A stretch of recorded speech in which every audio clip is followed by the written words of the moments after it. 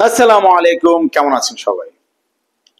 আফ্রিকার European kind of একটা দেশ, যেটাকে আপনার ইউরোপের সাথে তুলনা করা যায়, এমন একটি দেশ হচ্ছে সিশেল। এই সিশেল নিয়ে অনেক প্রশ্ন আসে আমার কাছে, অনেক ভাইয়েরা প্রশ্ন করেন, অনেক ভাইয়েরা অনেক কিছু জানতে চান। তার মধ্যে মূল যে প্রশ্নগুলো থাকে যে এখানে কি আপনার ট্যুরিস্ট ভিসায় গিয়ে বৈধ হওয়া যায় কিনা, ওয়ার্ক পারমিট করা যায় কিনা, বা থাকা যায় কিনা, কাজ করা যায় কিনা, এই টাইপের প্রশ্নগুলো অনেক ভাই করে থাকে। সো আজকে আমরা এই বিষয়টাকেই ক্লিয়ার করে তুলে ধরার চেষ্টা করব। আর হচ্ছে আপনারা কিভাবে ট্যুরিস্ট ভিসায় যেতে পারবেন এই ব্যাপারটাও আমরা বোঝানোর চেষ্টা করব। তো চলুন চলে যাই আমাদের মূল ভিডিওতে। সিশেল, সিশেলে কিন্তু আমার অনেক অনেক বাঙালি থাকে, অনেক বাঙালি থাকে, এবং ইনকামটা মোটামুটি খুব ভালো।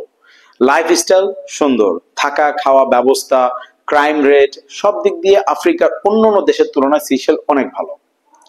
আর এই সিশেল আমাদের বাংলাদেশ থেকে যেতে হলে এত কোনো প্যারা লাগে না, এত কোনো ঝামেলাও হয় না।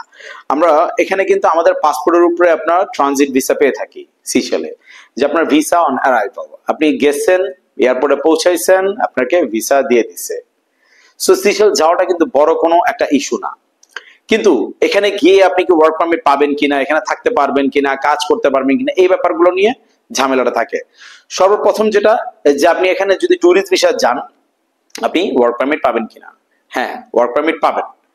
এখানে যাওয়ার পরে আপনার সর্বপ্রথম যেটা করতে হবে সেটা হচ্ছে আপনার আগে একটা কাজ খুঁজতে হবে। যে কোনো একটা জব যদি আপনি জোগাড় করতে পারেন, সেই জবের মাধ্যমে আপনি ওয়ার্ক পারমিটের অ্যাপ্লাই করতে পারবেন। সো অবশ্যই আপনাকে জব খুঁজে বের করতে হবে। কিন্তু এখানে যে এমন না যে খুব বেশি পরিমাণের জব আছে, গেলেই আপনি খুঁজে পেয়ে যাবেন, তাও না ব্যাপারটা। আপনাকে অবশ্যই জেনে শুনে বুঝে যেতে হবে। আমার ভিডিও দেখছেন, দেখেই যে মনে করছেন যে আপনি সিশেল চলে যাবেন তা না, বা আরেকজনের ভিডিও দেখছেন, অন্য কেউ আপনাকে বলছে, এই ধরনের ব্যাপার না। আপনি নিজে আগে ভালো করে যাচাই বাছাই করেন, করে তারপরে যাওয়ার সিদ্ধান্ত নেন। সো ওখানে আপনি যদি ট্যুরিস্ট ভিসা যান, আপনি ওয়ার্ক পারমিট করতে পারবেন, সেই সুযোগ আছে। তারপর আরেকটা ব্যাপার হচ্ছে বিজনেস পারমিট। আপনি ওখানে কিন্তু বিজনেস পারমিট করাটা কিন্তু মোটামুটি ইজি অন্য অন্য গুলোর তুলনায়।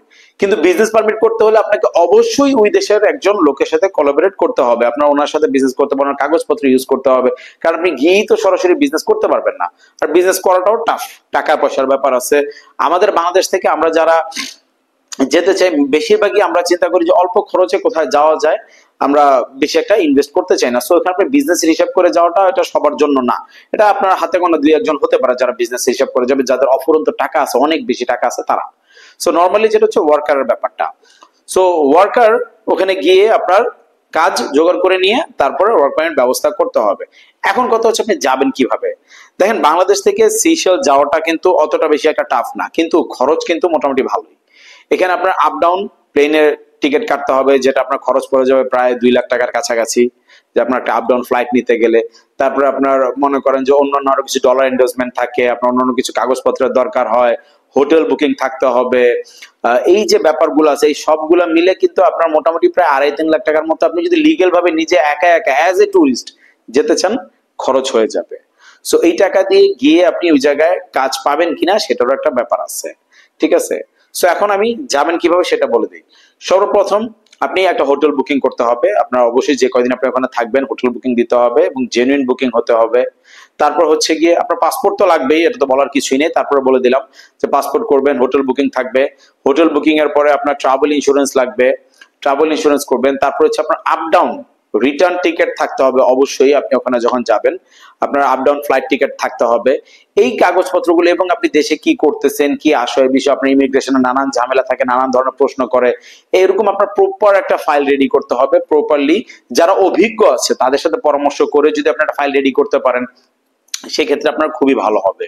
যে আপনার কি কি কাগজপত্র লাগতে পারে, এয়ারপোর্টে কি কি প্রশ্ন করতে পারে, কি কাগজপত্র নিলে ভালো হবে, টিন সার্টিফিকেট, রিটার্ন, আপনি কি করতেছেন ওইটার জন্য কি কি কাগজ দরকার, এই সবগুলো ব্যাপার মিলিয়ে যদি মনে করেন আপনার প্রপার একটা ফাইল রেডি করে আপনি সিশেল যেতে চান। আপনার অনেকেই আছে যেতে চায় যে আমার বন্ধু আছে, ভাই আছে, আত্মীয় স্বজন আছে, আমি গেলে চাকরির ব্যবস্থা করে দিবে, কিন্তু আমার নিজের যাইতে হবে, যা পৌঁছাইতে হবে।